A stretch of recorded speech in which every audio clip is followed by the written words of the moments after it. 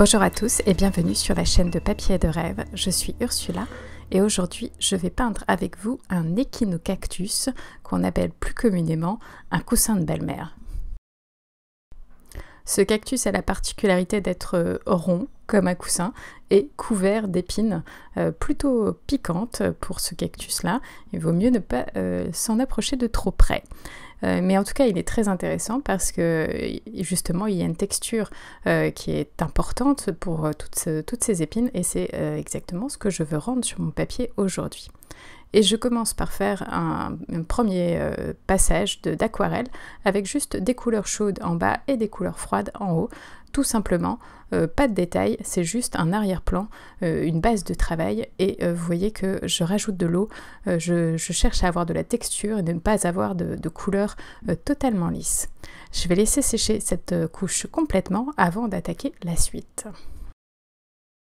Et cette suite, c'est tout simplement mettre de la gouache blanche pour masquer toutes ces épines. Là, mon but, c'est vraiment de faire le plus d'épines possible à la gouache. C'est assez drôle à faire parce qu'il n'y a pas trop à réfléchir. Il faut juste donner des coups de pinceau, avoir un tracé assez nerveux dans les coups de pinceau et juste les placer à peu près au bon endroit pour que vous vous rendiez bien compte de cette rondeur de ce cactus. Et voilà, il suffit de le couvrir d'épines. Et comme à chaque fois que je fais un masquage à la gouache, je fais attention à ce que ma gouache soit assez épaisse pour que le masquage soit le plus efficace possible.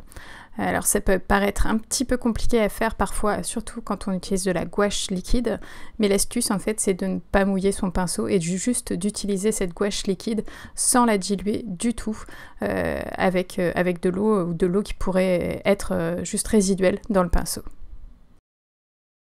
Et comme je sais que je vais passer au-dessus de cette gouache une fois qu'elle sera sèche avec des encres acryliques, je vais essayer de faire plus de traces que nécessaire parce que je sais que certaines vont disparaître, certaines vont être réactivées par le passage de l'acrylique et donc disparaître, se fondre dans l'acrylique. Donc j'essaie de faire un petit peu plus que nécessaire pour qu'il en reste de toute façon suffisamment une fois que j'aurai retiré la gouache. Il y a aussi autre chose qui est important dans cette étape-là, c'est qu'il faut laisser sécher complètement cette gouache et je pense que pour cette aquarelle, je ne l'ai pas laissé sécher suffisamment, ce qui fait que vous allez voir qu'il y a un peu de gouache qui va partir un petit peu plus que prévu, mais ce n'est pas grave puisque j'avais prévu bien sûr d'en mettre un petit peu plus. Donc je vais laisser sécher cette couche et pendant ce temps-là, je vais vous parler du matériel utilisé. Pour les pinceaux, j'ai utilisé un Escoda Ultimo 1 pouce, un pinceau plat, et un Escoda Ultimo numéro 8. Et pour toutes ces petites épines, un Silver Brush Black Velvet 1/4 de pouce en forme de dague. Pour les couleurs, j'ai utilisé du bleu d'Indentrène, du bleu de manganèse, de l'amazonite véritable, du jaune de nickel azo, de l'ocre jaune, de l'or rouge aussi, et de la couleur lavande. Et pour les encres acryliques, j'ai utilisé de l'encre couleur sépia et de l'indigo. Et bien sûr, ma gouache blanche, c'est le blanc opaque de Schmincke. Et bien sûr, pour un petit peu plus de texture, j'ai utilisé encore une fois mon médium de granulation. Mon papier aujourd'hui est un papier Arches en grain satiné. Une fois ma gouache bien sèche, il est temps d'attaquer cette couche avec les encres acryliques. Mais bien sûr, comme vous pouvez le voir, ma gouache n'était pas totalement sèche. C'était un jour très humide quand j'ai peint cette aquarelle et je n'ai pas attendu assez longtemps. Donc vous voyez que le blanc de la gouache se diffuse assez largement dans mon encre acrylique, mais ce n'est pas grave parce que de toute façon il restera suffisamment de gouache pour masquer le papier. Et je ferai donc avec cette petite erreur et j'essaierai d'en tirer le meilleur parti.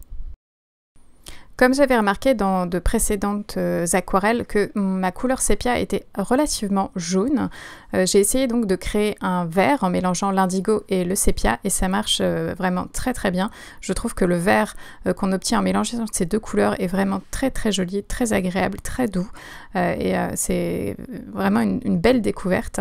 Donc j'applique ces 2 couleurs aux endroits que je souhaite les plus foncés de mon aquarelle et j'applique toujours avec ces 2 couleurs un petit peu de médium de granulation pour faire granuler mes couleurs, pour qu'elles aient un petit peu plus de texture et qu'elles soient un petit peu plus intéressantes à regarder. Et une fois que je suis satisfaite du placement de mes couleurs, je vais laisser sécher cette couche avant de tout rincer, en tout cas rincer la gouache qui reste sur mon papier. Et pour rincer la gouache, c'est très simple, il suffit de passer le papier sous un filet d'eau et frotter délicatement le papier. Je vous mets une petite vidéo que j'ai faite d'une précédente aquarelle pour vous montrer comment on fait.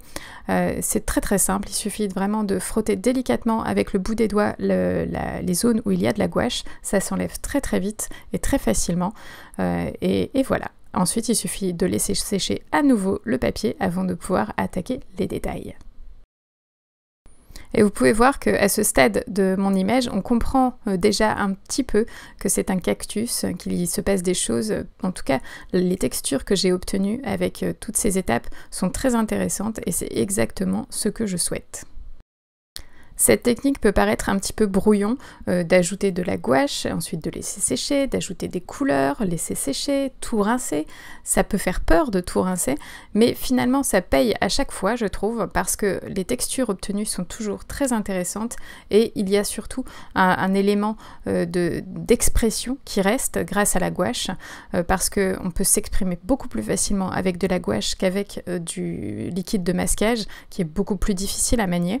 Et c'est exactement ce que j'aime dans cette technique, c'est que ça me permet d'être libre dans ce que je souhaite faire et je m'amuse surtout beaucoup à placer cette gouache, à placer cette encre acrylique, à tout rincer.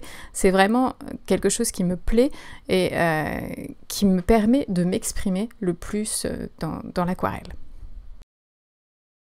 Alors pour cette phase de détail, je me concentre sur ajouter du volume à ce cactus qui pour l'instant est un peu plat.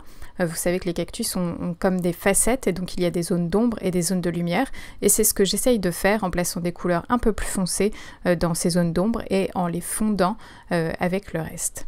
J'essaye aussi de travailler la terre sur laquelle repose ce cactus pour lui donner plus de texture et pour qu'on se rende compte que c'est de la terre. Et pour ça, j'utilise de l'ocre jaune qui a une texture assez granuleuse aussi et qui va se déposer merveilleusement bien sur ma base d'encre acrylique. En fait, pour cette couche, je cherche à définir un petit peu plus mon sujet et ajouter du contraste pour que mon image soit plus intéressante. C'est aussi simple que ça.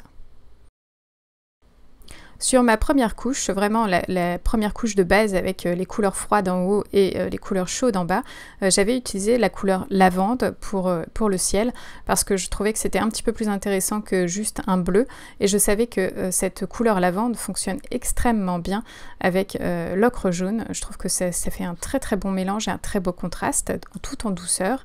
Je me suis dit qu'il fallait aussi rajouter un peu de cette couleur lavande que j'avais utilisée sur ma première couche dans le sol de mon cactus pour signifier un peu des ombres et donner un peu plus de texture et d'intérêt à cette zone-là et je trouve que c'est très bien réussi. Alors comme je l'ai dit avant, j'ai perdu quelques épines en cours de route parce que je n'avais pas attendu suffisamment longtemps avant d'ajouter mes encres acryliques.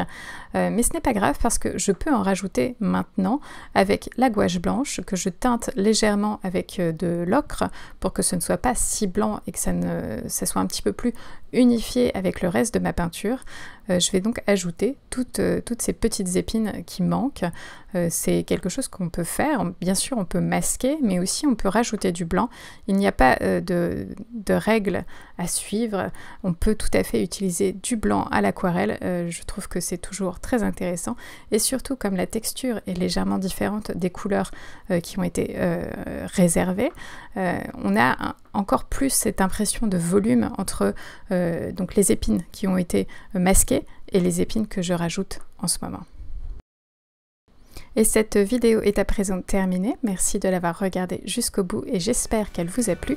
N'hésitez pas à aller jeter un coup d'œil sur le blog pour plus d'informations sur cette image et dites-moi ce que vous en pensez dans les commentaires. À bientôt.